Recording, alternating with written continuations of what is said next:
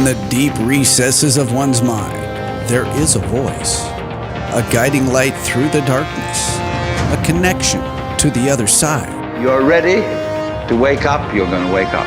And if you're not ready, you're going to stay pretending that you're just a poor little me. A pathway to spiritual that echoes with enlightenment. The voice of spirit. The voice of spirit. You are a function of this total galaxy, bounded by the Milky Way, and that furthermore, this galaxy is a function of all other galaxies. Your journey starts here and now. With your host and connection to spirit, Leo Bonomo. Hi, welcome to Core Radio. You're listening to Leo Bonomo. I've got a fantastic guest tonight, a gentleman called Robert Brown, an English medium that lives in the States, but I wouldn't say stays in the States all that much because he tours all over the world, and we're going to be discussing some of the places that Robert is doing demonstrations, workshops, etc.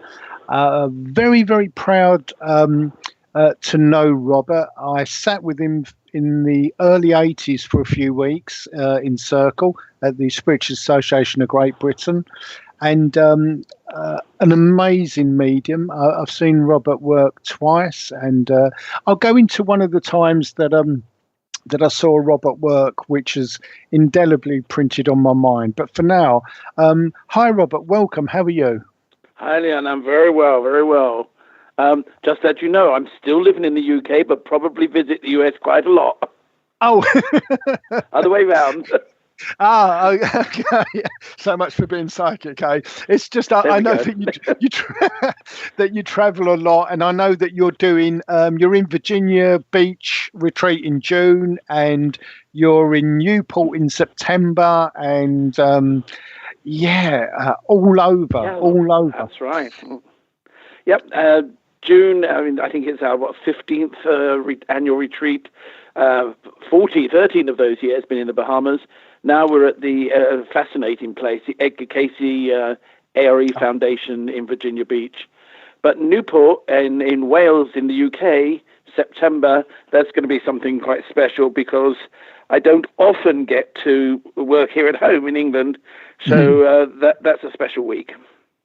Oh, that'll be fantastic. I'm going to try and make some time if I can myself to come down and see you again, because it's been a while since we've met, and I think the last time was at a special I can't think of the lady's name, but her son came through Leslie Flint's seance, and I can't think. It'll come back. I have a terrible memory, but there you go. No, that's okay. We do go back a while, you know. People forget. People forget how far ago the 80s were sometimes. And of course, I started when you mentioned the SAGB, the Spiritualist Association of Great Britain. I started there in the 70s, and I'm delighted to hear this week that they finally acquired a new building. It was a great sadness for all of us when Belgrave Square was sold, but the hot news is that they're investing in this marvellous new building in London. It's going to be fantastic, I'm sure. Oh, that's great, because I've not been to what is now going to be the old one, which was an office block. Right. I think they've closed that, and the new one is going to be in South part of London, and it's all on go being renovated. So it sounds. I've just read a report on it.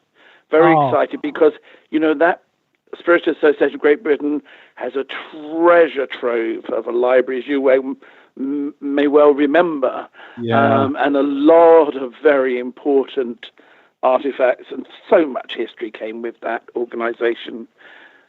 I know one of the books that they had there, I was told quite reliably that there were only 6 copies in the world, and one of those books has in it the Abraham Lincoln was inspired by spirit. He was psychic himself. He saw his own passing, his assassination, and he saw various mediums, and he was told by spirit to get that very, very important bill pushed through, which was the emancipation of the slaves. And Right. I don't know how many Americans or others are aware of that, but one of those 6 copies is with the SAGB. I'm sure it may well, because the library really has some very rare books. A number of us have been kind of keeping an eye on what has been happening, because we were also worried that we were going to lose all these artifacts. And of course, there's just some marvelous things there. I remember there was a time in the 70s and 80s when we used to be able to borrow the books. I used to trot home with them, volumes. It's going to be really nice that they'll get all that will be available again. Yeah. And as you say, with some of these well-known people, I mean, it's amazing throughout history how many world leaders have consulted mediums or have been mediumistic, spirit-guided.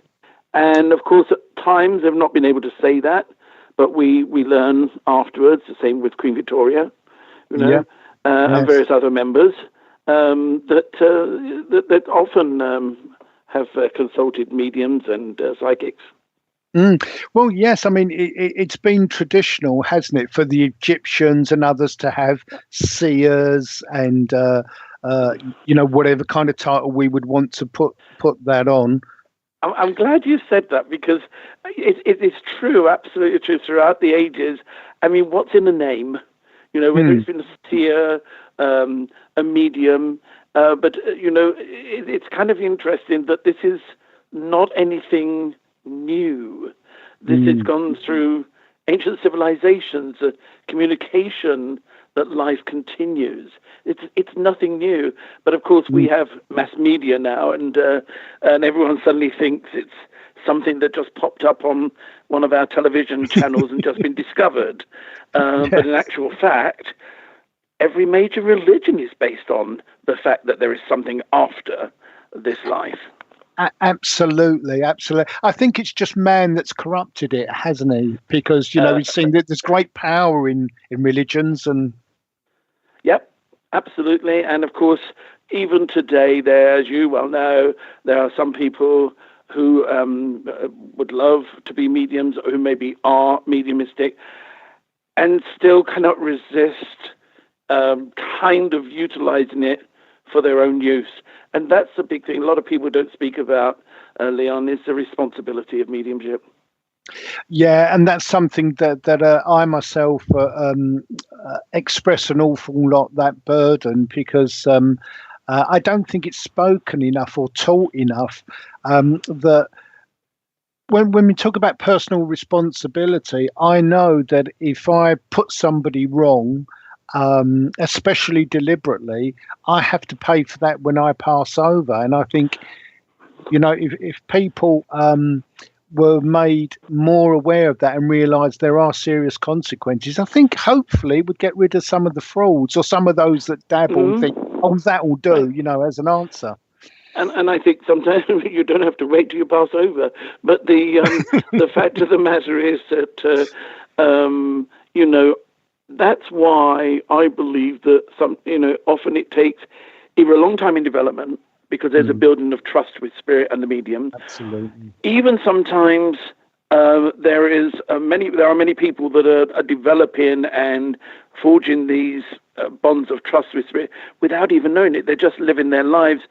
Very briefly, when I started at the SAGB as a teenager, I couldn't work out why everyone who was in my groups and circles was so much older.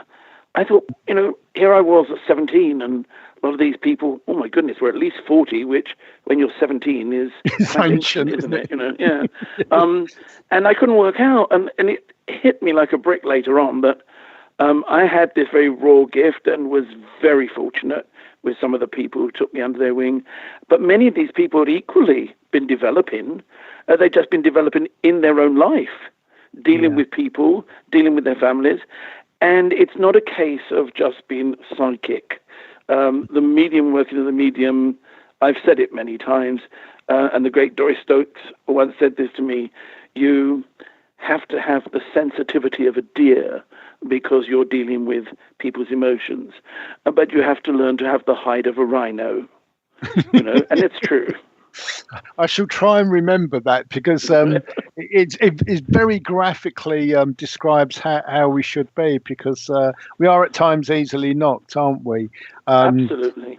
I may embarrass you now. I know I reminded you. You, like me, you just don't remember readings. As we shouldn't. We've got enough to deal with in our own lives, haven't we, really?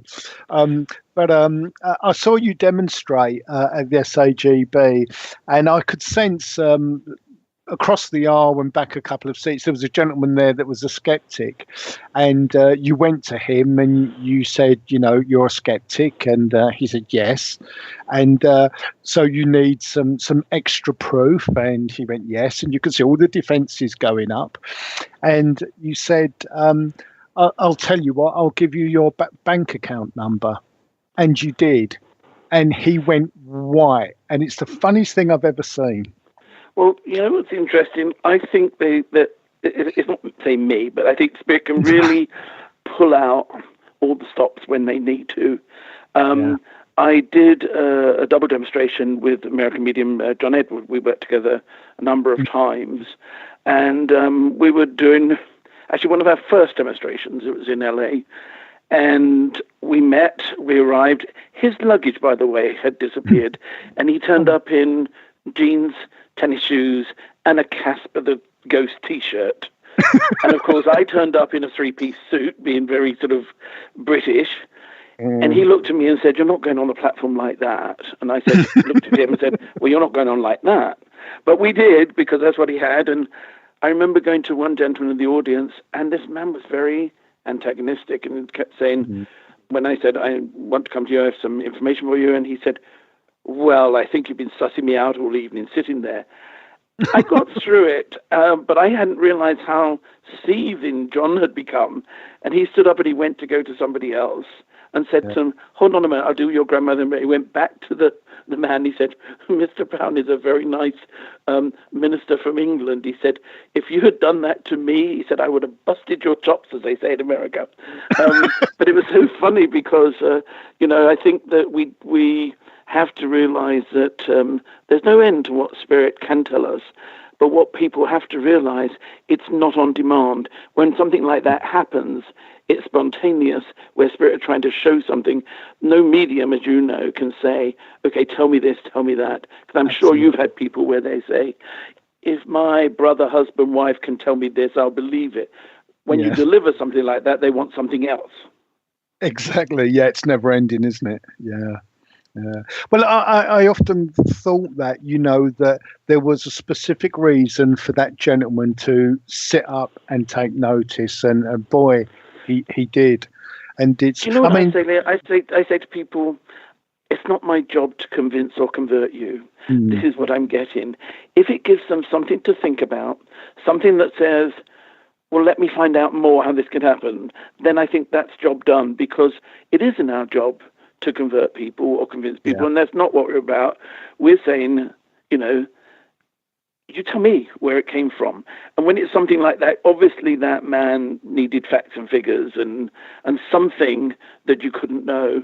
I actually had it once in a church in England where I hadn't known, but I went to the president of the church and gave a lot of things which he kept denying. And at the end, went to my then tutor, Ivy Northedge, and said, "What did you tell him about me? Why did you feed him information?" As if they would, Yes. So it's not just the skeptics. Sometimes people have trouble really fathoming out where it comes from. But I say, if something like this comes through, it's really food for thought. Absolutely, and I think it gives great encouragement as food for thought. In looking into it, because I believe that we should all be skeptical and challenge not only what Spirit are telling us, but you see things in different places, don't you? Think, right, don't like the sound of that. Let's look into it. I think it's essential. I think you should be openly skeptic but not cynical. I think that from spirit, a kind of a rule that I have is that if something doesn't resonate or offends you, reject it. Either you're not ready for it or it's not right. No amount of anyone saying this is right because I say so will make it right. I don't believe spirit will ever intentionally offend us. I don't think they're out to confuse us. But I do think that many people are. I mean, look at some of the religions as well. In the Christian Bible, it actually says, "Test ye the spirits, lest they be of God." So isn't that almost like a command to test what is coming through? People will have their other interpretation of that, but it's there. Yeah. No, and I think that's right. I think you're very lucky if, like that gentleman that you gave that information to, you get one reading and it's a stunner and it changes your life and you think about it. I found that generally it can take many, many years, and it's small pieces of information that over the years, and you add it up and think there's nowhere else that it can come from. And I think that's a firmer ground, really. And you know what I found some of the more astonishing ones is, unfortunately for the medium, when you get something and somebody doesn't really know, I don't know. Well, you don't get that instantaneous, oh, that's right, especially if you're doing a demonstration, with other people. Yeah. But when they go away and they check it, and then it turns out where it could not have been in their mind. And that negates all these things of mind reading. I mean, frankly, I wouldn't want to read most people's minds, even if I could. But it isn't mind reading because it wasn't there. But then they check it and they say it was. As you probably, you know my story anyway, but when I first went to Belgrade Square and saw a demonstration, the medium that gave me the very first message, and I had crept into a demonstration, and said to me, there was a gentleman, he was an uncle, gave me his name, and told me that of an incident of when I was a child, how he had been laughing at me through a window, which I remembered very clearly, and I was under 7 years of age. And all this was just astonishing to me that she knew this. But then she said something that was so wrong, because when I'd questioned much later in life with my mother how this uncle died, my mother always said, well, he passed with cancer. And the medium told me this man took himself over, as you know, my terminology for suicide, because I don't like the saying committed suicide. Someone has to be, in really some kind of frame to want to do that. So I don't see it as like committing murder. And I couldn't understand how she got all this information correct, but this one fundamental thing of how he passed wrong. Finally, when I was questioning my mom and dad as a teenager, my father tell him the truth. And, my mother, for all those years, used to say that her brother died of cancer, and I understood it wasn't so long after the war. Suicide wasn't treated in the way maybe it is now. There was shame attached to it, which was very sad. But the healing thing was, I saw a weight lift from my mother's shoulders where she could suddenly talk about this brother who she dearly loved, but felt that she hadn't been able to. And that for me was amazing, because I knew about that incident. I knew his name. That was in my mind, if you like, but I never knew how he passed. And that medium really not only set me on a path, but healed a lot in my family. Yeah, and again, it's one of those precious things that the mediums can do, isn't it? Yeah. I think myself, I agree with you absolutely. There's a lady that I read for, and she's very studious with what she gets. She can be quite challenging. She's a lovely lady, and if something's definitely wrong, she'll go, no, that's not right. But otherwise, she'll go away and research, and then she comes back. And I never remember, of course, but she said, oh, this was given and I've checked it and it's correct. And I think that is the way to approach a reading, test it. and to be kind of analytical. But in a constructive way. One of the reasons, I don't know if you do, but one of the reasons I always tell everyone who has a sitting with me, record them. Do you do that as well? And I record them all the time, yeah. Okay. I don't keep the recordings because I believe it's a sitter's reading or sit-in. And we say different things here in America, don't we? Often in America they say readings, and it's just one of my little foibles. I say sit-ins, one of the old things that I was always taught. It's a sit-in because we sit to see what happens. It's not a reading where we're reading people.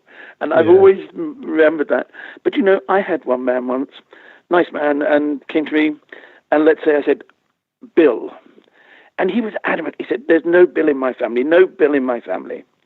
Yeah. And we went on, everything else he seemed to agree with. But as he left the door, he said, okay, Mr. Brown, he said, but you were wrong on the bill. There's no bill. And I thought, my goodness, all the positive things, and yet he's only going to remember this bill. 3 days later, we got a telephone call from his sister. And the phone call went like this. My brother's an idiot. Our father's name was William. We just called him Dad. Thank goodness he had it recorded. And somebody else in the family got it and said, what's wrong with you? You didn't even hear it. I think it's important to record because most of the time, most people are not doing these things. Yeah, we're just going to go straight everything. Exactly. We're just going to go straight into a break. We'll be back straight after this. Okay. This is the voice of spirit, your connection to the other side. To understand something spiritually, you must experience it. And in order to experience it, you have to experience it in your imagination. Explore with us by calling 702-425-9230. That's 702-425-9230. Give us a call now. Worldwide callers use Skype name KCOR Radio. Everything that now exists was once imagined. Therefore, everything that is going to exist must first be imagined. Back with your guide to spirit, Leo Bonomo. Leo Bonomo. After these brief words from our sponsors.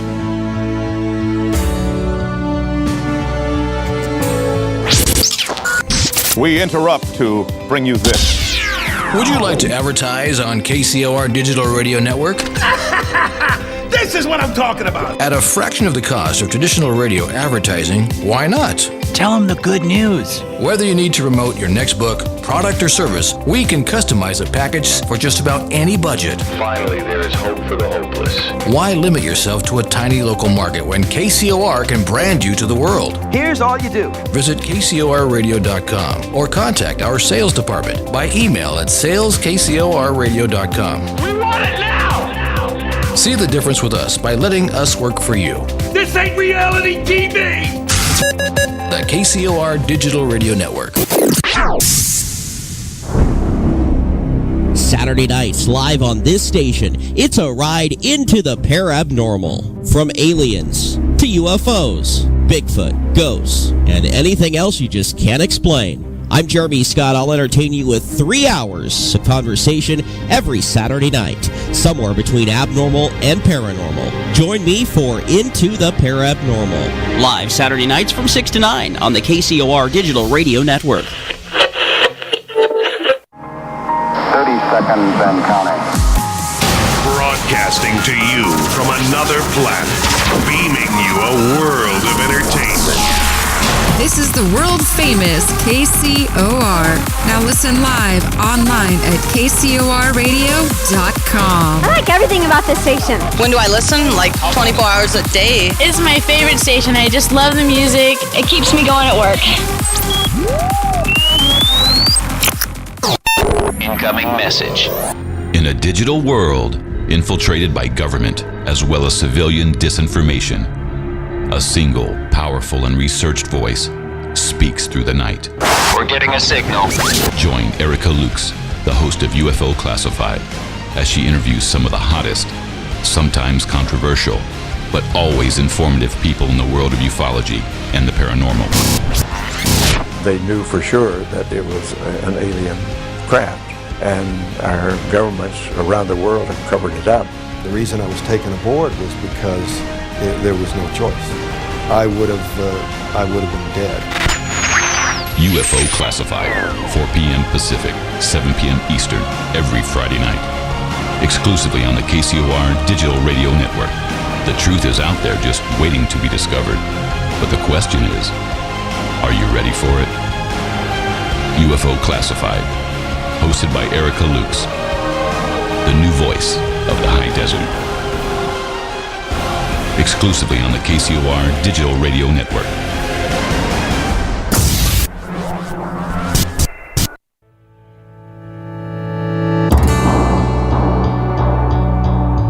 Welcome back to the Voice of Spirit, your connection to the other side. There's no accidents in this universe. We all show up here with a purpose. There's an intelligence that is a part of everything and everyone, and all of us are connected to it. Connect with us on Twitter by using hashtag KCOR.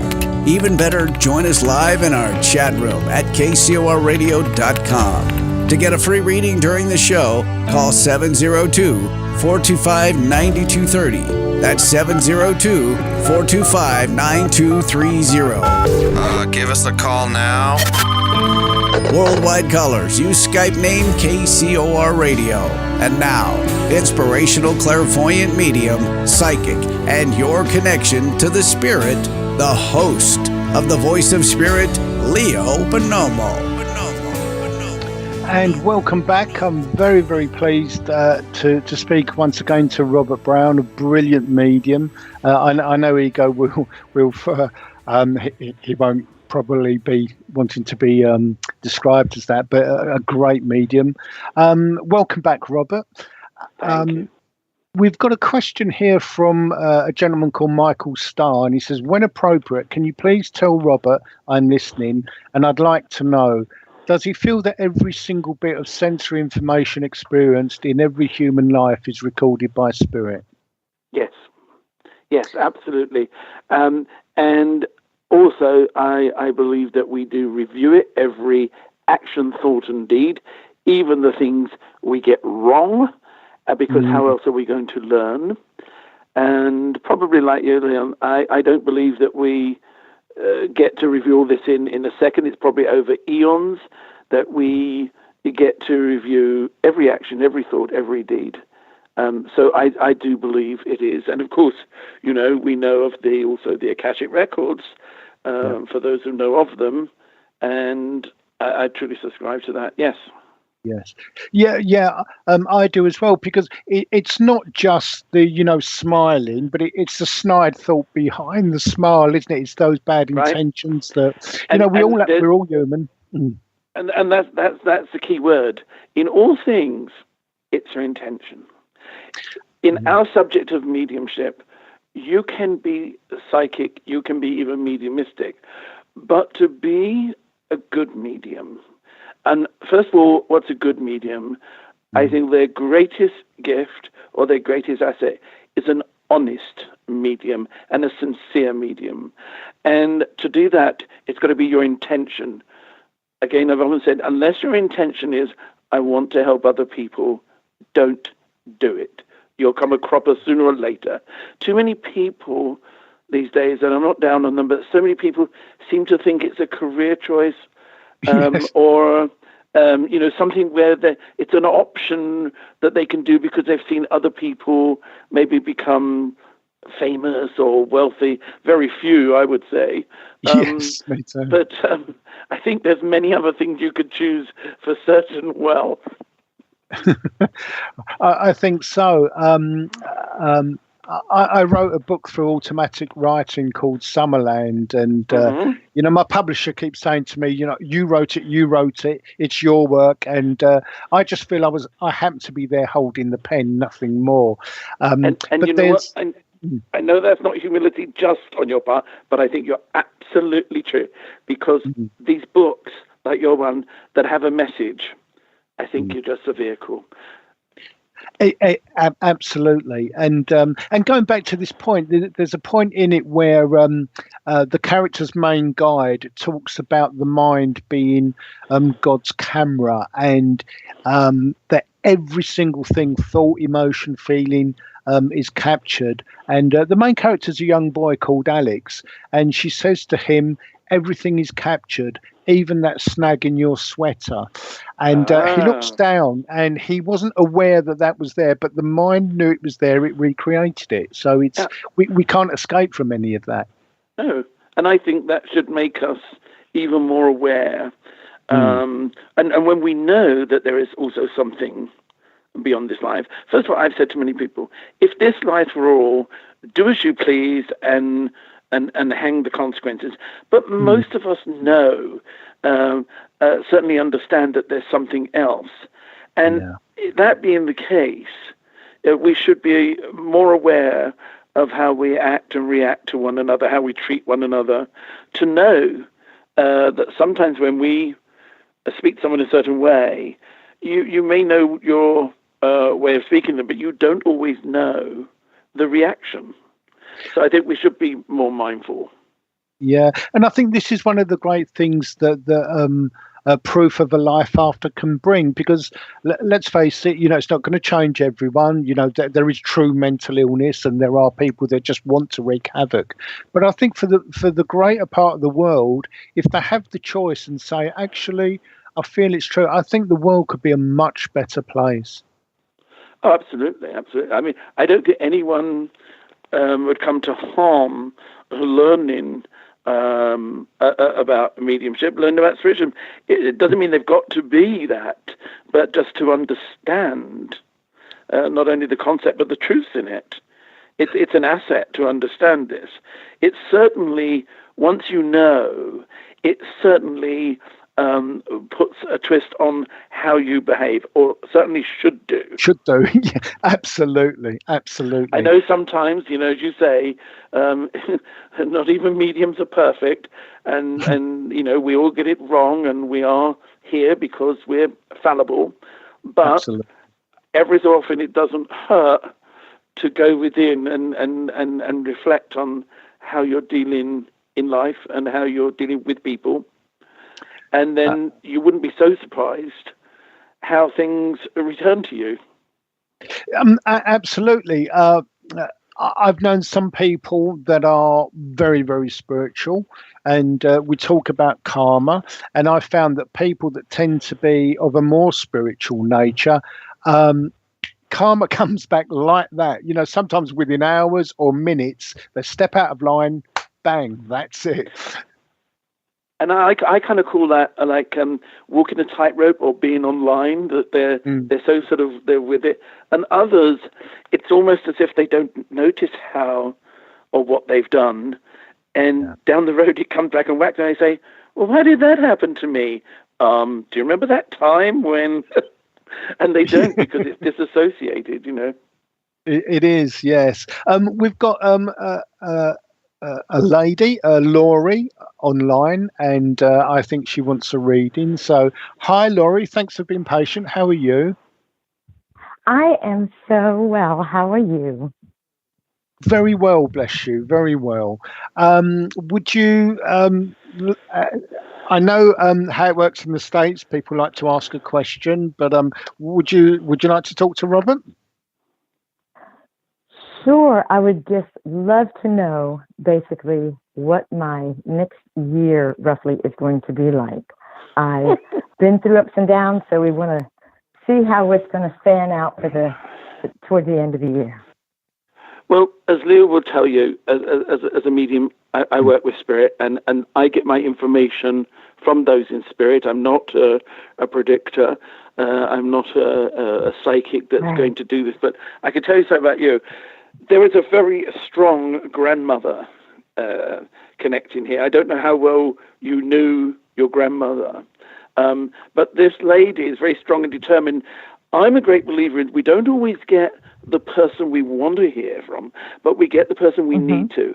And there's a strength in this lady which says to me about you being strong. You want to know how this next year is going to be? Very much depends on you. If you, for once, focus on you. If you, for once, because she's like pointed a finger, and she's like saying it's about time you thought for you.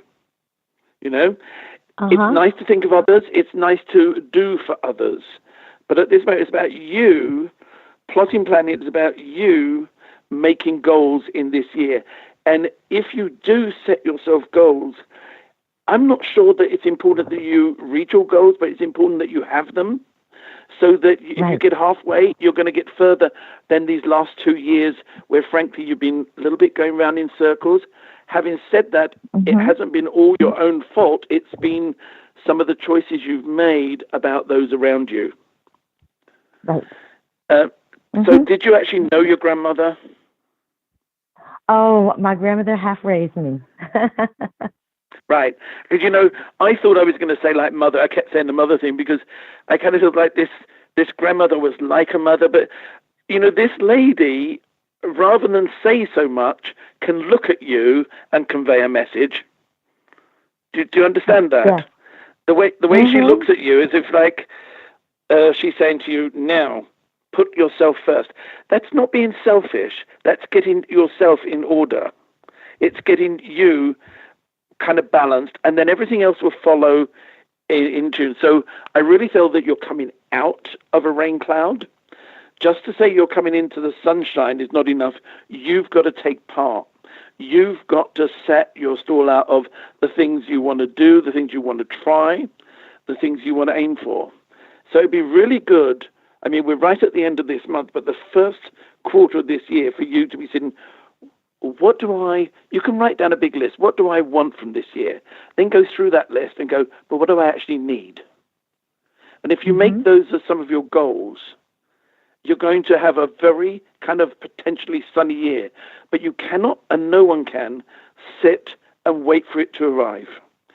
The grandmother, I kind of felt like she said, you know, you're equally strong, but you're kind of willful. I hope you don't mind her saying that. Notice I say her, not me.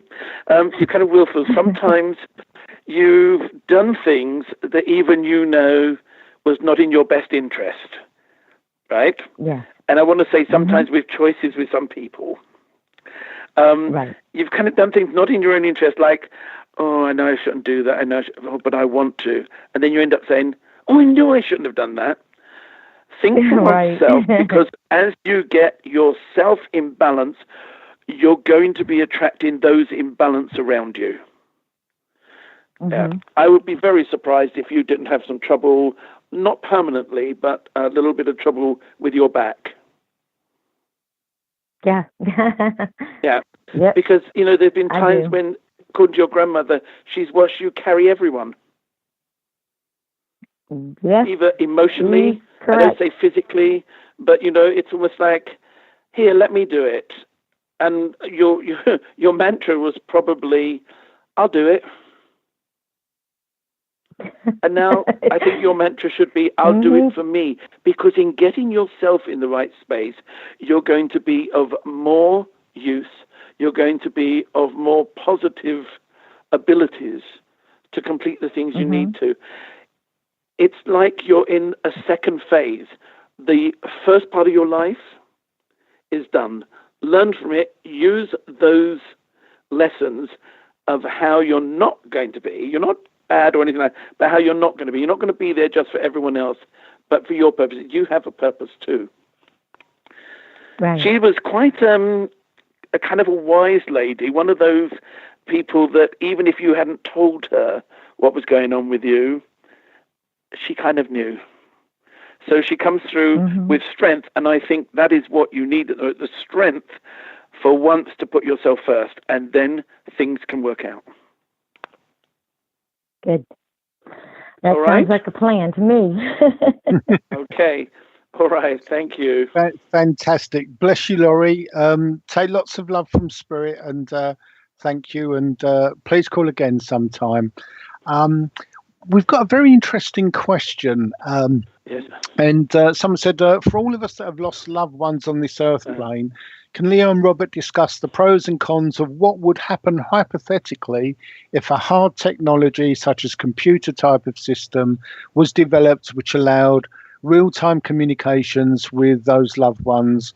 Also, if either or both would be interested in guiding research into that area so that more people on both sides could be helped.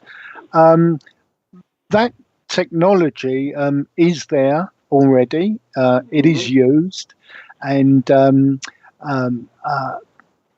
hopefully you can confirm this for me, Robert, but I was told that the first radio and the first TV were spirit influenced so that we could make contact. And I think man again's just done the money, and monetize the thing.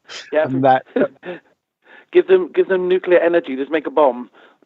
Exactly. It's man. Yeah, that's man all over, isn't it? There's a wonderful Italian medium, isn't there? I can't remember his first name, but his surname's called Baci, which in Italian means kiss. And he has an old valve radio, doesn't he? I've heard about this. I don't know too much of him. But, I believe a lot of these things, of course, man wants to take the credit for, these inventions. And I think a lot of them are totally spirit-inspired. And as you say, how we get to utilize them is a different thing. Or how they are promoted and used.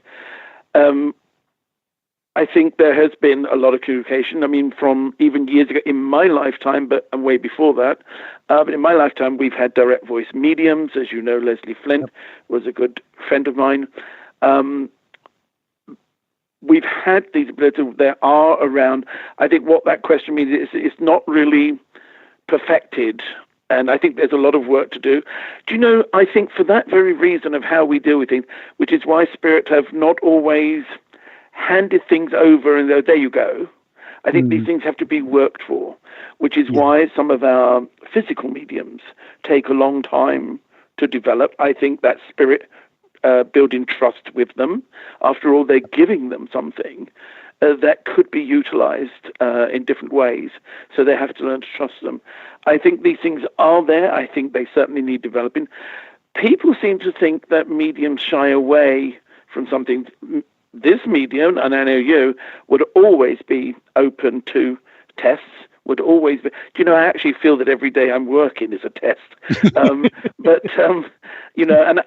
sometimes doing the work that I do a lot with people who have lost children, that's a very specialized area. And you can only, not only feel for, but you can only understand sometimes what trust some parent has to have in you. Yeah. And it's very difficult. And I totally understand when they sometimes change names, book under different, do anything but have any information. Because they need to know. I mean, this is the most important thing. I think that I would certainly be, and as I have been, I did various tests with the University of Virginia, with various scientists there. One of them was that we had 12 weeks of weekly phone calls, and they just sent a dozen envelopes. And I had to pick out an envelope and then read what was ever in the envelope. And the researcher at the other end never knew what was in the envelope. Somebody else had packed it.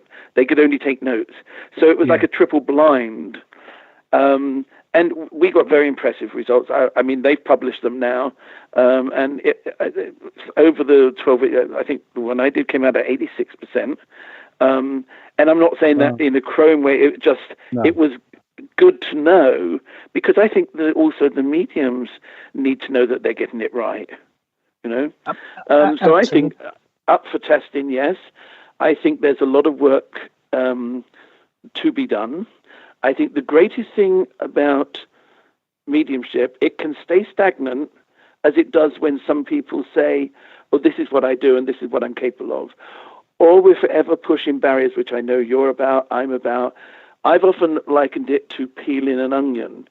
Really, as a teenager, I thought I knew everything, as most teenagers do think. Yes, absolutely. And it was only when I got like 40s and 50s and now 60s that I begin to laugh at myself to realize how much I don't know. And there's always more to learn. So I feel that, it's, if anyone thinks that you do this and you get to know everything and understand everything straight away, oh, you're in the wrong thing. Because it's like a passion, a calling. It's like something that is continually developing. And I think we've got a lot more developing and sharing with spirit to do. Absolutely. And I totally agree with you with that, because I learn something every day. And what I really learn is I don't know anything. And it's very humbling. It's very humbling.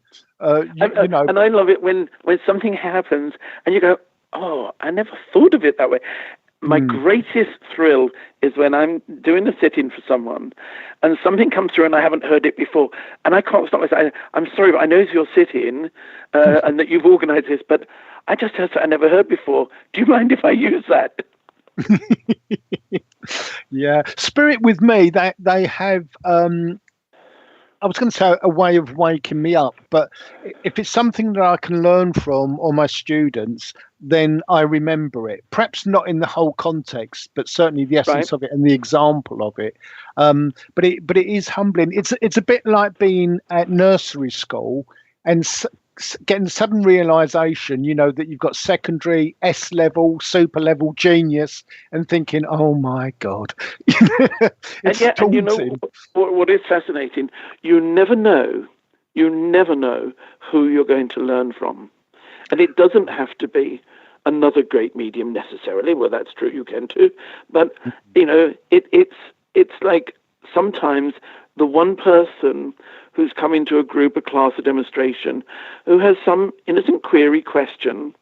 Nothing is dumb, because you suddenly look at it in a different way, how they're looking at it, because we too can become a little conditioned about how we see things. Yeah. And suddenly some innocent question or inspiration or something somebody genuinely wants to know, when you get that answer, it can also make you think. Absolutely. I learn a lot from what we call fledglings, because there's an innocence there. I tend to say there are no stupid questions, there are only stupid answers. Because if you don't know, you don't know. But sorry, that made me laugh. If you don't know, you don't know. That's absolutely true. But I kind of get amused by the ones who really don't know and insist on answering. Yes. Absolutely.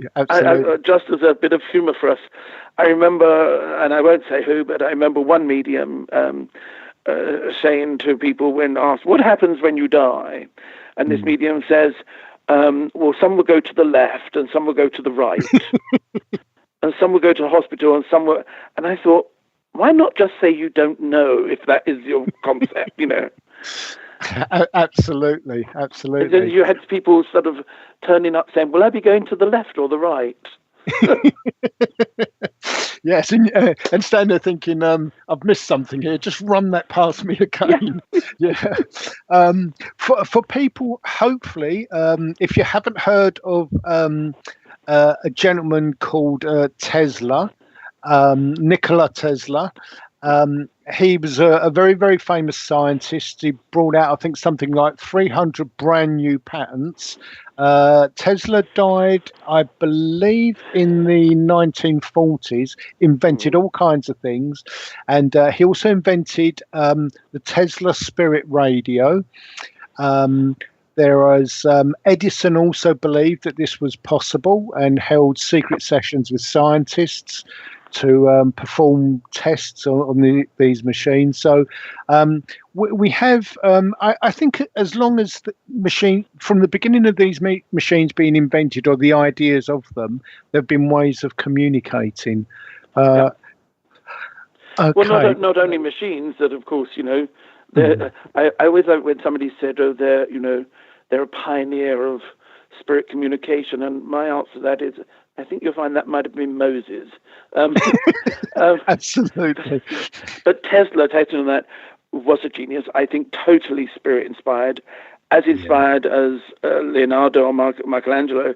I mean, modern day, the 40s, I don't know how much you know about Edgar Cayce, but even though we wouldn't necessarily say medium per se, totally mediumistic, it had to be for the work that he did.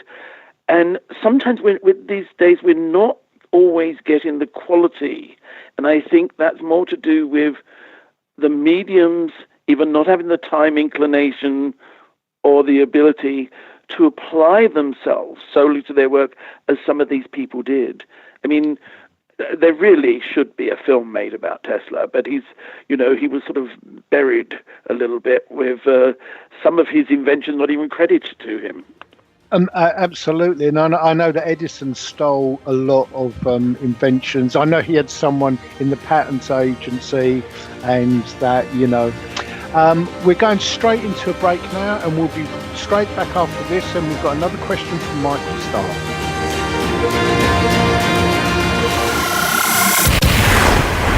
You've been listening to Leo Bonomo, the host of The Voice of Spirit. Live every Thursday, 11 a.m. Pacific, 2 p.m. Eastern, exclusively on the KCOR Digital Radio Network. For more information on the show, guests, and host of The Voice of Spirit, or to book a private reading, please visit leo-bonomo.com. That's leo-bonomo.com. Your connection to the other side is just a phone call away. The Voice of Spirit. It is amazing, is it not? This is KCOR Las Vegas, home of the Digital Radio Network, broadcasting from a shack just south of Area 51. Wait, that doesn't exist. This is the KCOR Digital Radio Network. Now for the news.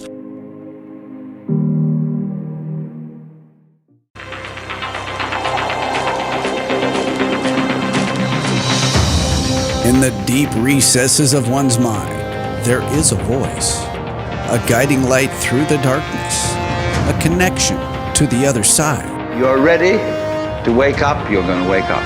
And if you're not ready, you're going to stay pretending that you're just poor little me.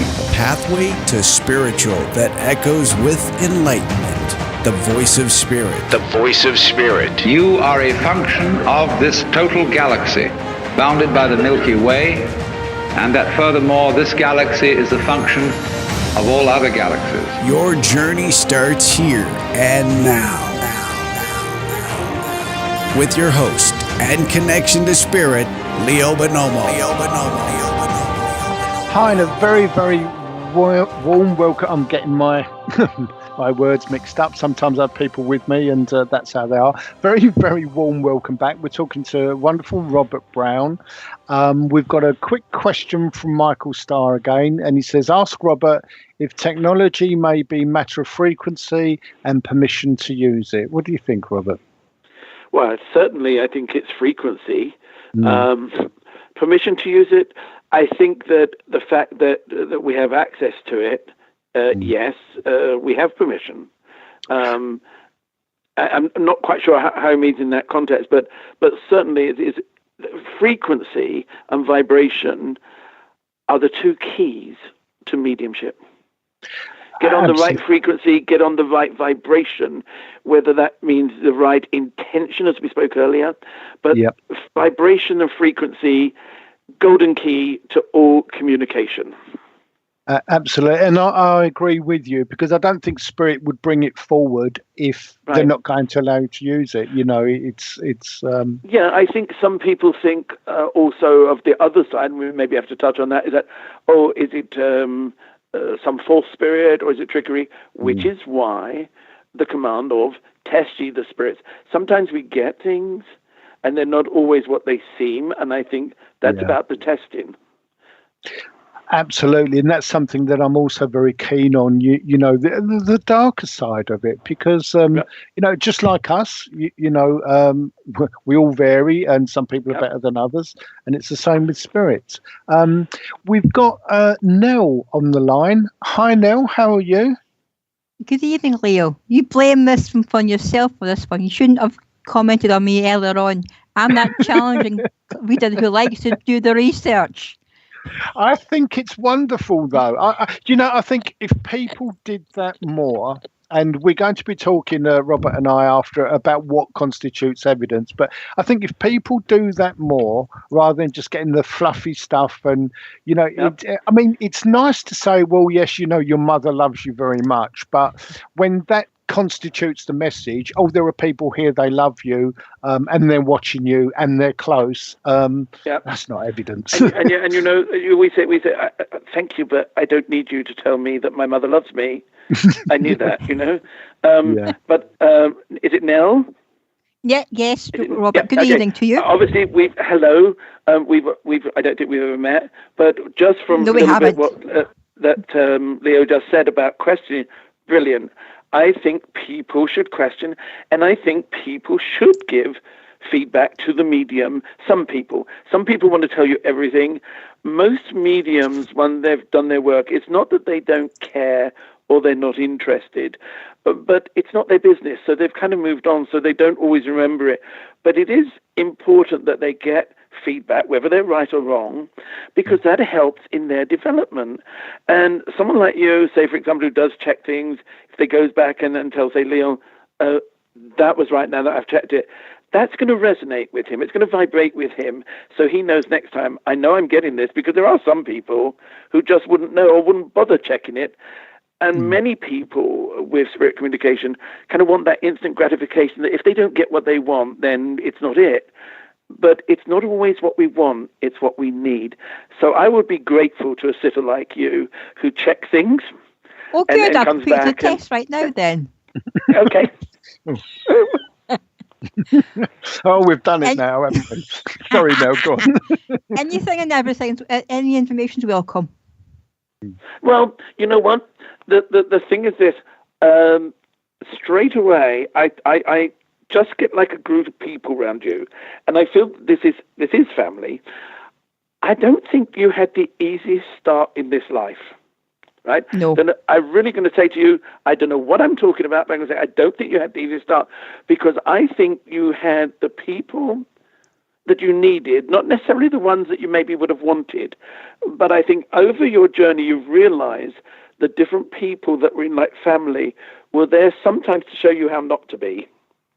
Right? Yeah. And it's not that they're difficult, but I can see that very much, for example, on the spirit sense, you are a kind of a teacher. Now, I don't want to say like a teacher. I'm not interested in your work, but I do feel you're someone who kind of like, if we're all walking along a path, you were walking along a stony path that you didn't just walk along, you examined every part of the way, turned the stones over, so therefore you learned. So as you've learned, you're able to share with others. That's a teacher. You're someone who points the way there. Now, the lady that I've got a lady and gentleman. One lady passed with cancer, that's for sure. What happens when I link with someone, she seems to be on your mother's side. When I link with someone, I'm saying to them, who are you? How do you link? And for me, it's just the way this medium works. I always say to them, what happened to you? Because I say, well, surely their last physical experience is the first thing they can tell us before we set the world straight. It's my mum's are with you. Yeah, so it's this lady passed with cancer. I've just got her picture in my head. It's my mum's linked with you. Okay, don't say any more, because you know what? If you saw me, I'm a little bit overweight at the moment, and this medium doesn't need any more feeding.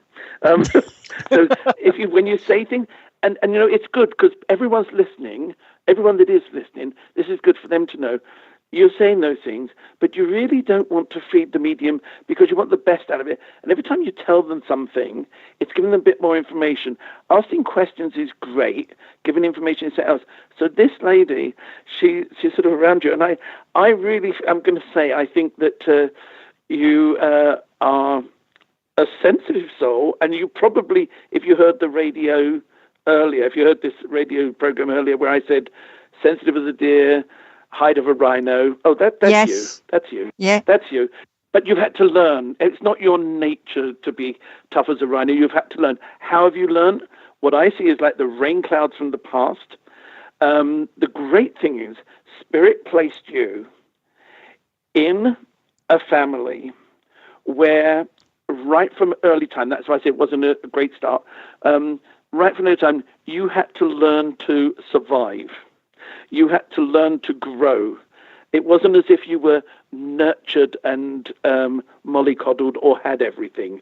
And so I see you kind of hacking your way through this life, and it's made you, lovely word, very resilient. In the past, you were so sensitive, especially as a child, that I think if somebody said boo to you, you would have gone running. But, now, if people take you on and push you and get you to a corner, they had better learn to run or duck. Because that is how you've learned, right? Yeah. So the grandmother is really quite proud that you stand on your own 2 feet there. But when she kind of, she's I don't know if she actually got to a very advanced age, but she kind of looks older than 47. her years. But I kind of feel, sorry? She was 47. That's quite young, Yeah. But she kind of looked older than her years. But I kind of felt like worn, Also with her, there is a man, and one of the things we often get these days, smoking. I got a lot of smoke around him. And not because of the smoking, but I think he did have heart or chest problems there. That's on father's side. And a bit of a divide in your family, isn't there? Like the father's side and the mother's side. Yeah. It's almost like, for me, so that other people know how I get it, doesn't mean they're always going to get it this way. I'm got you in my mind, and I've got the grandmother coming one side, your mum's mum, and I've got father's side coming the other. And between it, there's a void. So that tells me there's kind of a bit of a divide in the family. You know who some of your cousins and things are, but you don't necessarily, you're not exactly in everyday contact with all of them. No, they're all spread out all over the place. And my dad's side of the family have kind of disappeared off the planet kind of thing. Yeah. Because I mean, I think you would have to do, sorry to interrupt you, but I think you would have to do a bit of a family tree to find some of the names. I never care for the name. Sorry, everyone who's called John, but I never care for the name John because so many people know it. There is a John, there is a Mario Marie, and an Alec or Alex. And it's like people calling out different names here. I'm not sure if you're going to know them, but I want you to make note of them. Then there's our challenge now, because I think you can find them. Right. Right. And next month is, where are we now? March, and we're just coming into April. Some kind of celebration, because they're saying, tell her to look forward to April for celebration. Ooh, I wonder if it's what I want to think it is. I don't well, I've know, got a tick, whatever it is. It's Sorry, almost like something that's anticipated, and it's almost given like a check or a tick. It happens. It's a celebration. All right. And I'm going to ask you this. I am going to ask a question here. Any trouble with your knee or your leg? I'm sitting there. I'll tell you what I'm doing. Suddenly find myself rubbing my knee. It doesn't always want to lock out. Sometimes it likes to give way. Okay. I think that, says something for me. Yes, it can be, as regards something physical. I don't think it's anything bad. But I do think it very much has been built by your life. You haven't always had the support that you maybe should have had from those around you, correct? Yeah. The knee is what supports us. If most of us understood this, not everything that goes wrong is this, but by the time we've got something physical, it's a physical manifestation of the thought. When we feel that we haven't always had the support that we should have, something like the knee, and that's why I found myself rubbing my knee, and they're saying, you tell her this grandmother who's a bit of a character, I wish you kind of knew, but she's saying that she's so pleased that you learned to stand on your own 2 feet. You're one of those people, yes, meant to be with people, but you were never meant to lean on people, but equally, they're not meant to lean on you. I am incredibly independent. Yeah, yeah. And her daughter, my mother, is not happy about that sometimes because I will not ask for help. And you know what? That's what you've had to learn right from the early age. But the great thing is, and I'm going to say this, what she's pleased about, this lady, is that for all the things that went on, for all the things that have happened, the disappointments as well, there's been great times too. You did not become bitter. Now, some people, having gone through some of the things you have, would be hammering the floor and blaming it all on that. You kind of somehow picked yourself up. but you don't realize that other people who meet you get inspiration from that. That is what I mean by a teacher. Well, I've kind of looked at things very philosophically these days. It's one question I ask: do I have control of a situation? Yes or no? If I do, I fix the situation. If I not, it goes like, fine, leave it alone, forget about it, move on.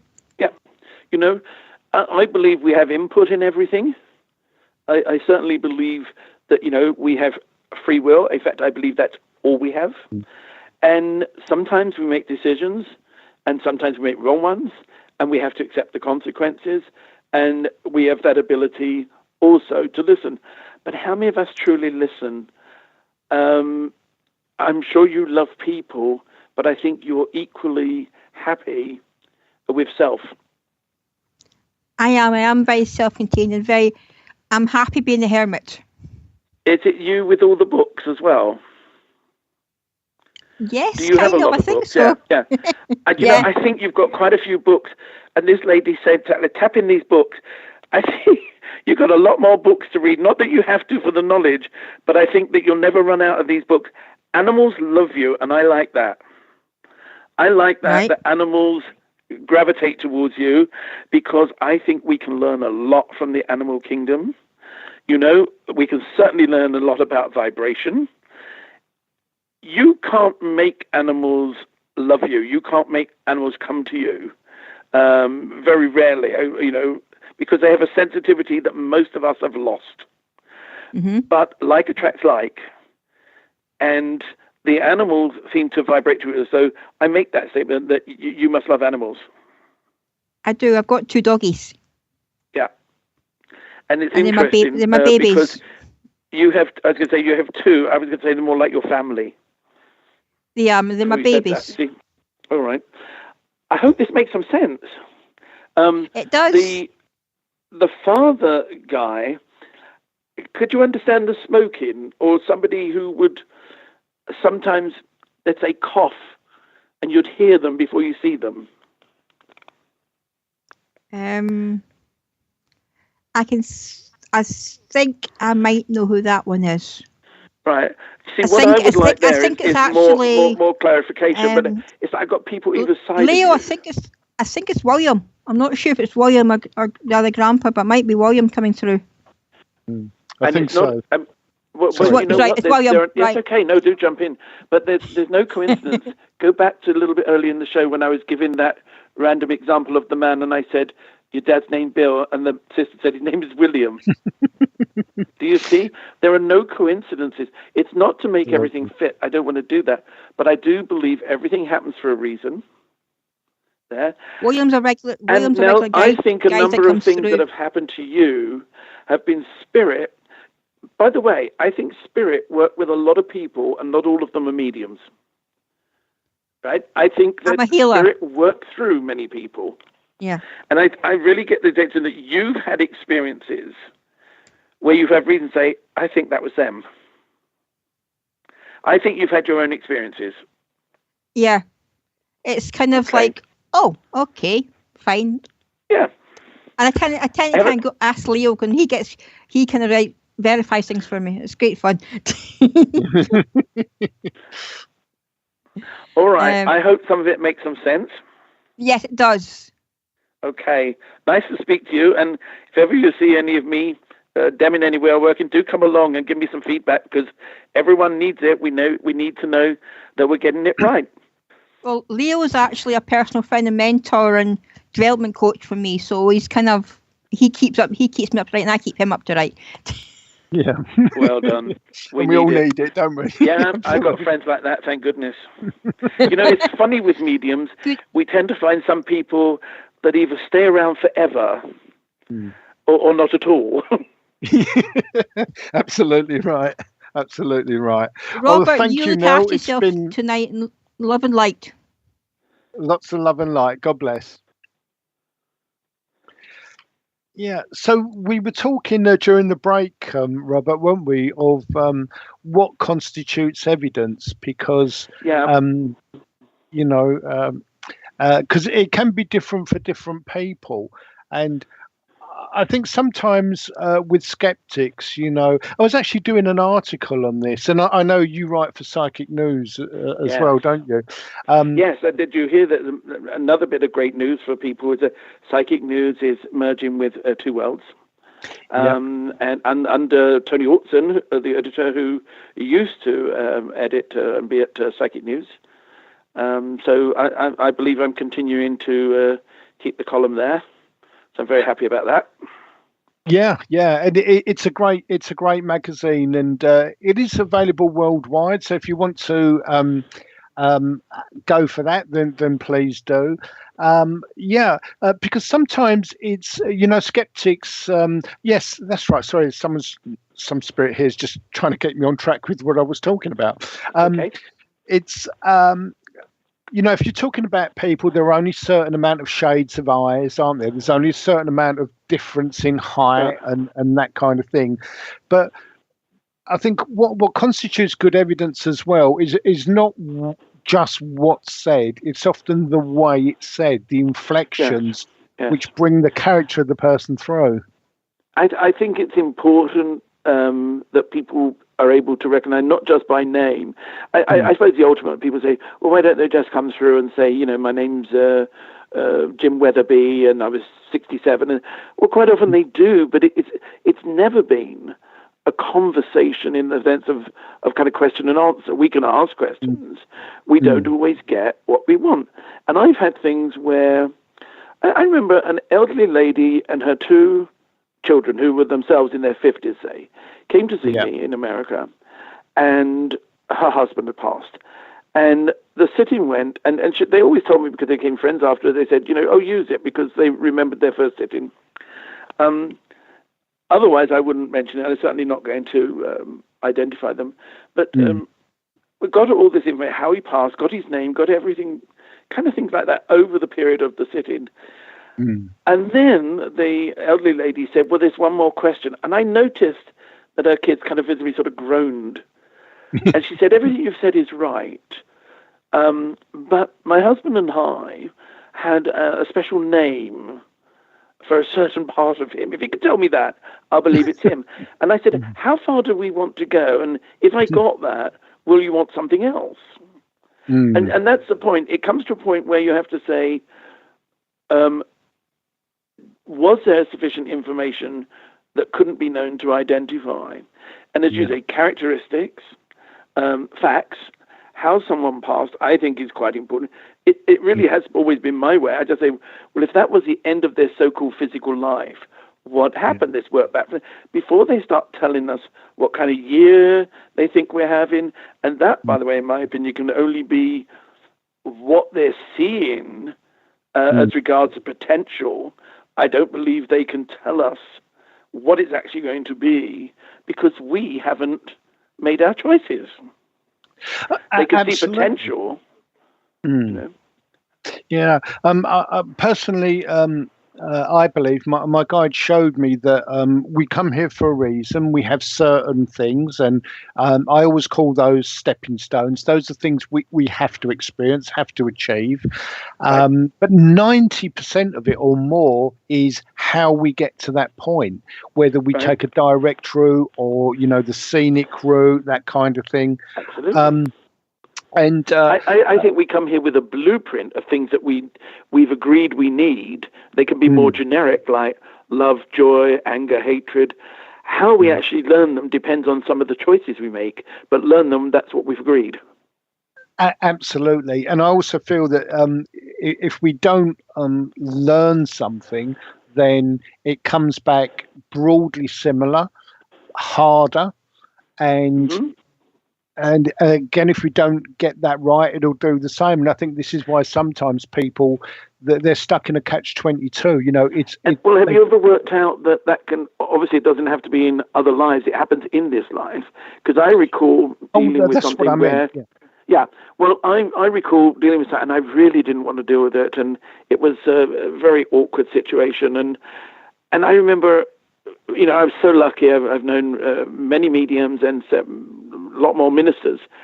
And I was listening to all their advice, and one was saying to me, oh, you've got to deal with it. Another one says, well, look, no one will bother if you just melt away and disappear and who's going to say anything. I was getting all kind of conflicting advice. And one sweet, lovely, elderly American minister from the Boston area, she said to me, I don't know what it is, this lesson that you're going through. She said, but I can only feel if you don't deal with it now, you're going to have to deal with it later, and it may be far more difficult. That swung me. I dealt with it. We'll be straight back after this. This is the Voice of Spirit, your connection to the other side. To understand something spiritually, you must experience it. And in order to experience it, you have to experience it in your imagination. Explore with us by calling 702-425-9230. That's 702-425-9230. Give us a call now. Worldwide callers use Skype name KCOR Radio. Everything that now exists was once imagined.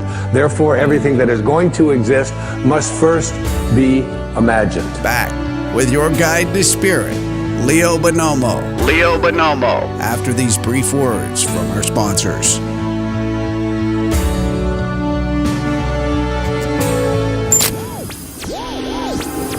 "1 million miles till midnight. A story of timelines, artificial worlds, simulated races, and the galactic imprint, and the destiny of a blue world called Earth. 1 million miles till midnight, written by Solaris Blue Raven, is a journey through the mind's eye which allows the reader to surf a wave of technological and multidimensional intellect, revealing a bridge between conscious design and the truth. A multidimensional bleed-through awakens the world of artificial intelligence to set sail into the frontiers of a vast multiverse, morphing planets and terraforming ascended worlds beyond the linear programs of a fated race. 1 million miles till midnight will awaken, inspire, prepare, and enlighten one to the many multidimensional states of consciousness and worlds we reside in. With every cell and atom, we are this truth and multiverse. 1 million miles till midnight. Written by Solaris Blue Raven. Available now at Amazon.com and GlenNT.com. Don't wait. Get your copy today. That's good. Turn your radio up. I love it. All the music I want to hear. This is my station.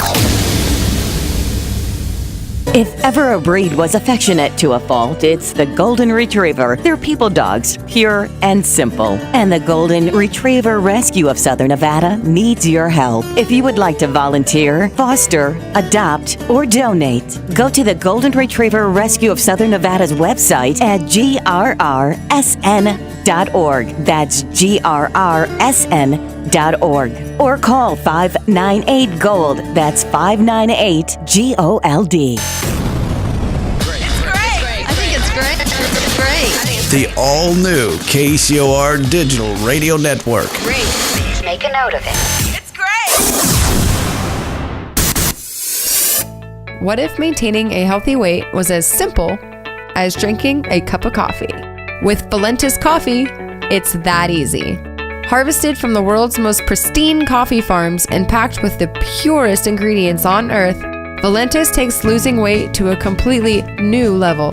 At Valentis, we believe everyone deserves a chance to be healthy and fit. It's pure, natural, healthy, and delicious. Click the Valentis Healthiest Coffee banner on the KCOR Digital Radio Network website and take the Weight Loss Guarantee Challenge. Valentis Coffee, simply the world's healthiest coffee.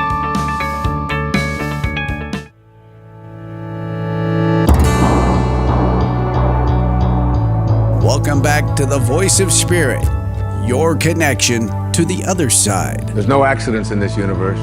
We all show up here with a purpose. There's an intelligence that is a part of everything and everyone, and all of us are connected to it. Connect with us on Twitter by using hashtag KCOR. Even better, join us live in our chat room at KCORradio.com. To get a free reading during the show, call 702-425-9230. That's 702-425-9230. Give us a call now. Worldwide Colors. Use Skype name KCOR Radio. And now, inspirational clairvoyant medium, psychic, and your connection to the spirit, the host of the Voice of Spirit, Leo Bonomo. Hi and welcome back. We've got Robert Brown here. I'm loving this program. I shall play it back later. But very, very privileged to have Robert Brown here, and we're talking about all kinds of things. We have got another question, and it's well, I think both can answer, but it's to Robert. If he believes the notion of any dark side or evil aliens and entities, is this really a matter of an individual's belief system? And if you only believe in free will and good, then that is true as well. If that's your choice, it's a good question. It's slightly convoluted, but what do you think, Robert? Well, I mean, I do know that there is a darker side, and I think for the main point, like attracts like. You know, we've often said those that mess around or do things jokingly. The classic, of course, is the Ouija board, someone playing at it, you know, someone playing with it is going to attract something playful. So it comes back to intention again, your reason for doing something. But I do believe that we are absolutely passionate about the free will, because I've seen it in operation. What is your take on that? Yeah, absolutely. I believe that. And, you know, there are nearly 8 billion of us here now, some good, some bad, some indifferent, and some that we do describe as completely evil, you know, serial killers, mass murderers. And we don't immediately change when we get over. Some people have this notion that, you know, we're suddenly going to get a pair of wings and everything's different. Odd one, isn't it? I sometimes think the mediums are the only ones that kind of see reality, that, you know, you don't just go on a fluffy cloud, play a harp and spread wings. First, though, we have to say, not only the evolution of the soul, but progress is open to all. Now, it may take some eons to progress, but it is open to all. Yeah, absolutely, and it's a privilege to always be learning. So I think if you come here and you have certain targets, certain lessons that you want to learn, I think you also choose, for example, particular weaknesses. So for example, you may be susceptible to drugs, or you may have a very short fuse. Those make the lessons in some cases much harder, in some cases easier. So I think there's a state of mind that we also bring with us. Some of us, some of the time it's formed by our families and friends, but we do bring the tools that we need for the particular thing that we come to achieve. And I do believe that. And I also think that some people that do have the issue with, you know, with drugs and things like that, well, maybe it's their lesson for those around them and for those of us witnessing it, and maybe it's also a teaching for us.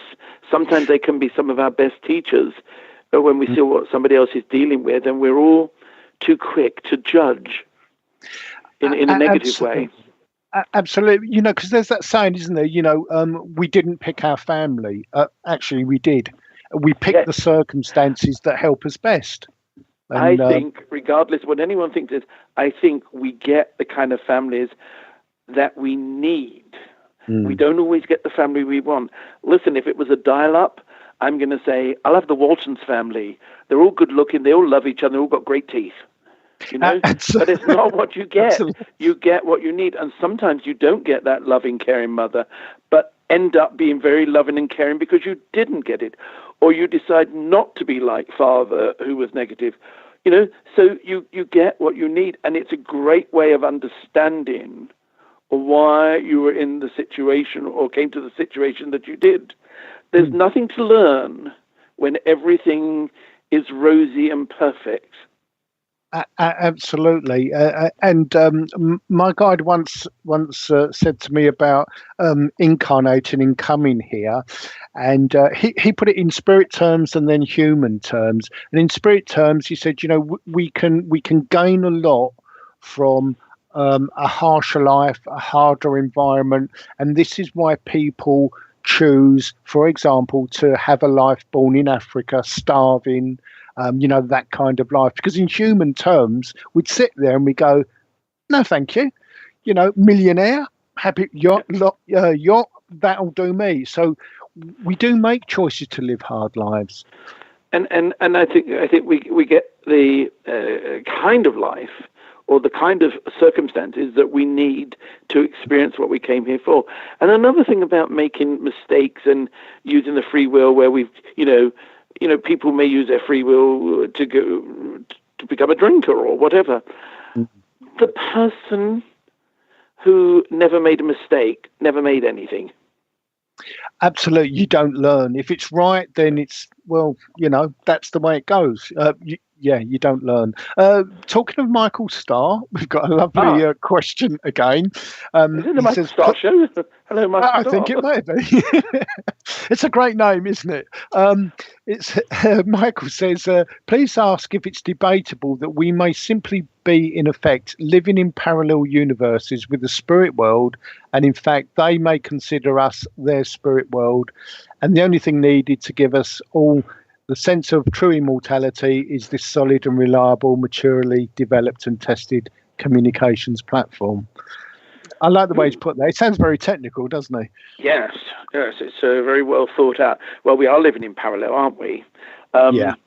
And I think that one of the things we have to say is that when you see, and it's proved to you, that life continues, it's like having all the pieces of a jigsaw and it finally fits.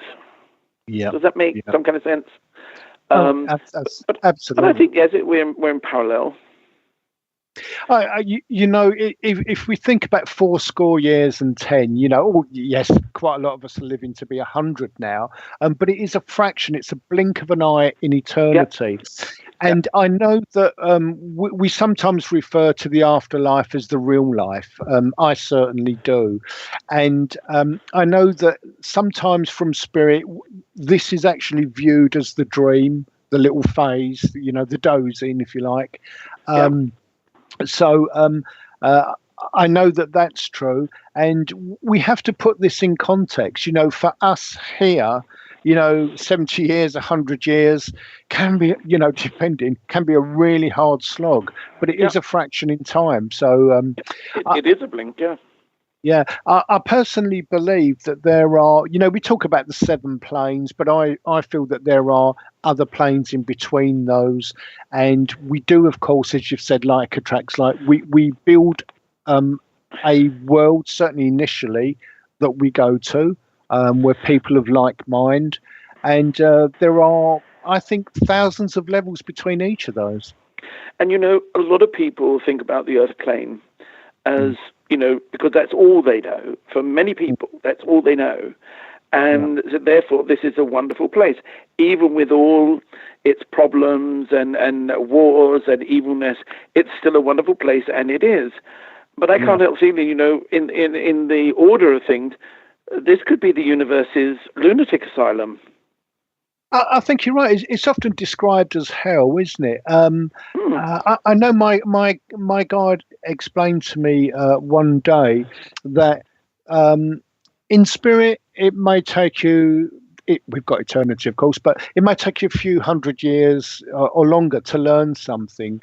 Here we have a unique opportunity to learn in very short succession and then go back.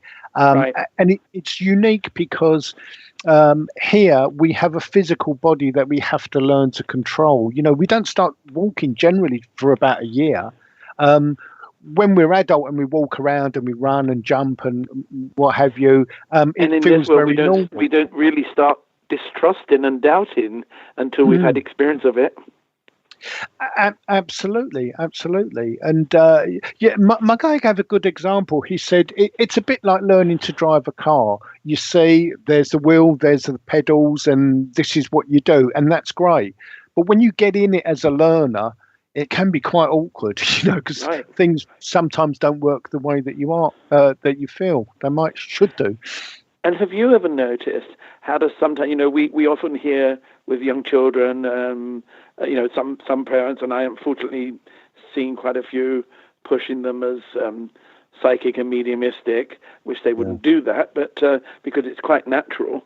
Have you seen where they'll come out with something that you think, how did they know that? And, we've seen it more and more. If we think of it in terms that those, as we come as children, as we incarnate here on the earth plane, we've come from the realms of spirit, so we have no fears, we have no inhibitions, we have no prejudices. These are the things that we acquire in this life that sort of distances us from spirit for most people. A very good friend of mine, and you would love her. I've just done an article on her in Psychic News, Ellie Fristensky. She has this marvelous exercise where she goes with a canister and she asks everyone in the audience, or everyone taking part in her workshops, to put in a pebble or a rock into this canister. Now, this woman, she won't mind me saying this because she gave me permission before to use it. She's up there in her 80s. She's been involved in our work for 60 years. And she does this exercise where everything negative that they've acquired on the earth plane, they put into this canister, learn to fear, learn this. By the time she's gone around the audience, the canister is full up. And she said, now you see, when people come to my spiritual classes to learn about spirit, she said, the first thing I have to do is give them a psychic enema. And it's just amazing. You don't expect her to say that, but it's so effective. She's so right, because we acquire a lot of things through this life, and not all of it is good. But to understand spirit, we sometimes have to become that childlike again.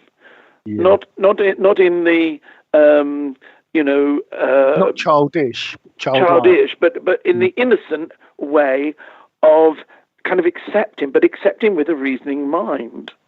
Yeah, absolutely. We've got another question from Barbara.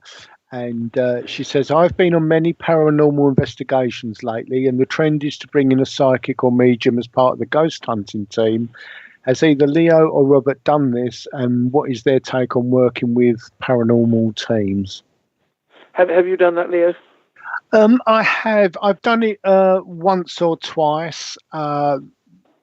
There's only been one place that has been genuinely and very, very active, and it's in Swindon, and it's now a go-kart track, but it was connected to an air base, and there's still an Air Force base there, and it's very active for different reasons. They used to bring in damaged planes. Some of them flew in and crashed on landing, but damaged planes from the war, and it was also a storehouse for many thousands of bodies from Dunkirk, and so there was an awful lot going on there. I found a lot of places that are supposed to be haunted. I've got there, I've not felt anything. It can happen on the night. Again, it's this thing, we can't say, right, Thursday night we're going on a ghost hunt and they're all going to turn up. You can't do it. So I'm not that fond of it myself. Right. I've been part of many things and sort of witnessed these things in certain areas. I'm not into these things, the entertainment side, especially these shows. I can't even watch them, frankly. I'm not condemning anyone who wants to do it, who wants to be part of that. That's up to them. But, I'm really just not. This is not only my belief, this is my knowledge, this is my way of life. It's not entertainment. It can be amusing, it can be funny, but it's not. And I think a lot of it is done. I've been through many TV shows, and I'm not saying they're all questionable, but we know that many of them are edited for their content and for what they get to sell. That side of it I'm not into. I don't have a problem with somebody seriously investigating. Again, I'm going to say for what reason. It would be my take on it. Would that be right? To say, what is your reason for investigating this? If it's to do a show, no, that's not me. So again, not condemning. Somebody wants to do that. That's up to them. But I have to always come back to what is the purpose. The purpose of mediumship, true mediumship, it's part of the fountain of healing. Absolutely. I don't think there's any greater gift than showing someone that their loved one has survived, that we do survive ourselves, that there is something much better on, and there is that comfort. That really is the essence of what we do, isn't it? It's proof of life after. Well, I'll just share this very brief one like this. Once somebody said to me, and more than once, you've probably heard this kind of question yourself, where is my mum now? And, and then the mothers come through, and I've told them things that they kind of knew but didn't really think was important. Like I said to one, your mum was 80, but when she was in her 20s, she had a miscarriage, and she lost the child. That was true. That's true. I remember it being said, And I said, what you've got to understand also, I said, how do I know about this miscarriage? I said, because your mum's showing me she's with this white light, this miscarriage. I said, can you imagine for one moment, I said, your mother getting on with her life after that incident, which must have been quite traumatic, and left her wondering why that happened to her. She's gone on, she had a full life, she had other children, she had all this, but something maybe at the back of her mind said, what was that about? And she still had that pain. Then she makes her transition, and she's telling us she's met up with this, what I describe as white light, a soul that didn't come to the earth plane. I said, that must be heaven to have that answer as to why. And that can be that kind of thing was very comforting, and very understandable when you can give proof something happened that, you wouldn't have known about, and how people react to it when they're in the realms of spirit. Absolutely, and I think it's some of the most, sometimes the most innocuous things. I remember being at the SAGB, and there were two mediums there, two ladies, and one wanted particular proof, and the medium kept getting this egg and seeing the top sliced off, and she thought, what does that mean? Wasn't really sure. And this went on for some time. So it wasn't just one sitting. And then she said to her, all I'm getting is this egg with the top cut off. And she said, that's brilliant. It was her husband, and he used to say to her, I love you so much, you can have the top of my egg anytime. And it's as simple as that.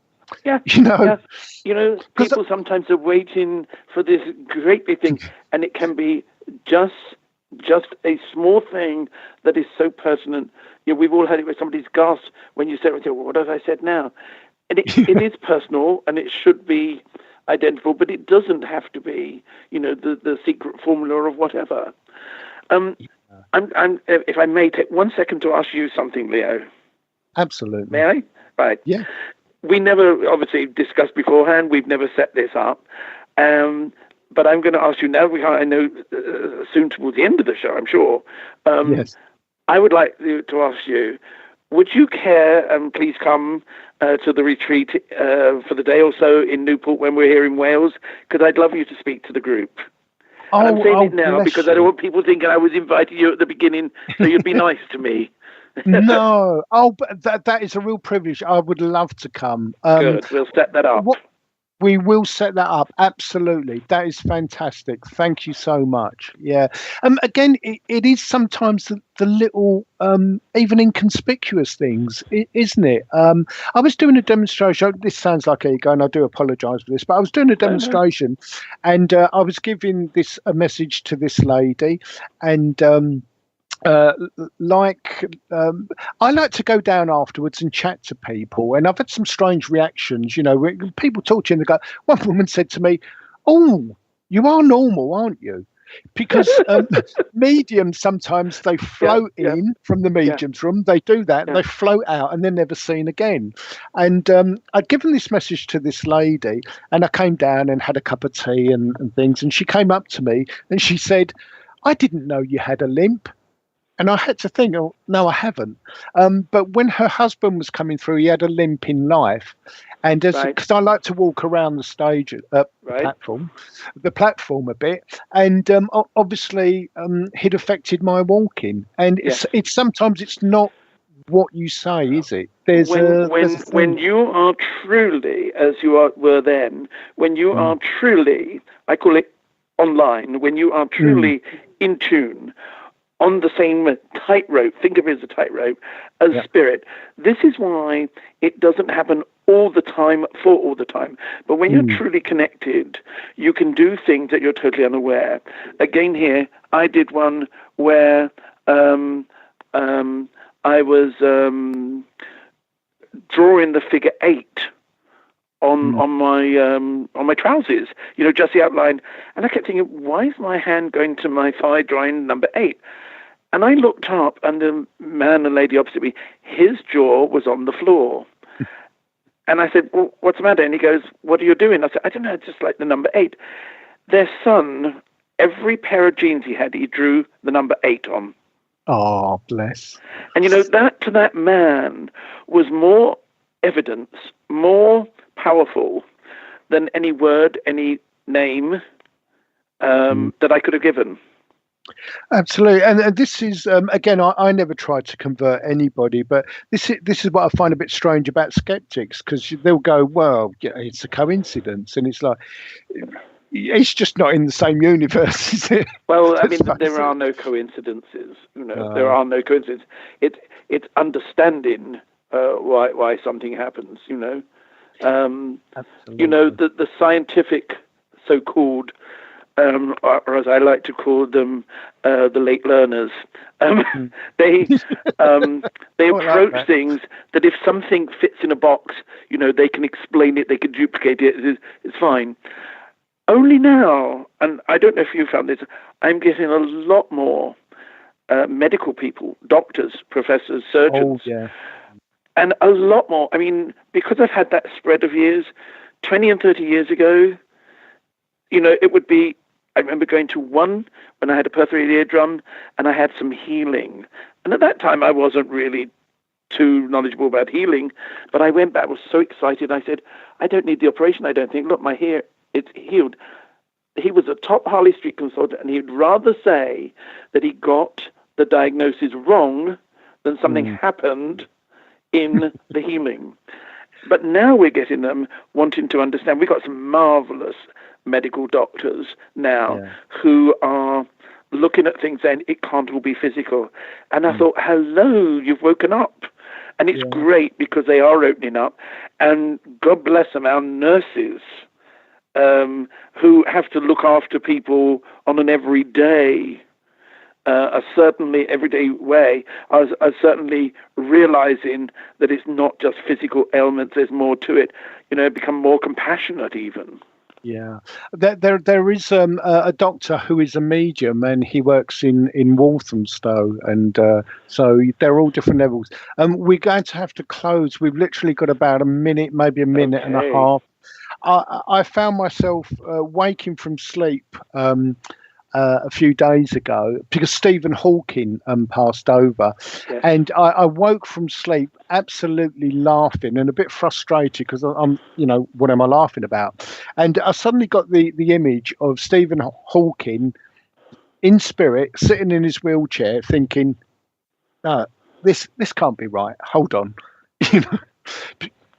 because he was a skeptic, wasn't he? We've run out of time. Well, he was a scientist. Okay, and thank you very much, Robert, and we'll see you next week. We'll be in contact, and I hope to speak to you again. Don't be a stranger. You've been listening to Leo Bonomo. The host of The Voice of Spirit. Live every Thursday, 11 a.m. Pacific, 2 p.m. Eastern. Exclusively on the KCOR Digital Radio Network. For more information on the show, guests, and host of The Voice of Spirit, or to book a private reading, please visit leo-bonomo.com. That's leo-bonomo.com. Your connection to the other side is just a phone call away. The Voice of spirit. It is amazing, is it not? This is KCOR Las Vegas, home of the Digital Radio Network, broadcasting from a shack just south of Area 51. Wait, that doesn't exist. This is the KCOR Digital Radio Network. Now for the news.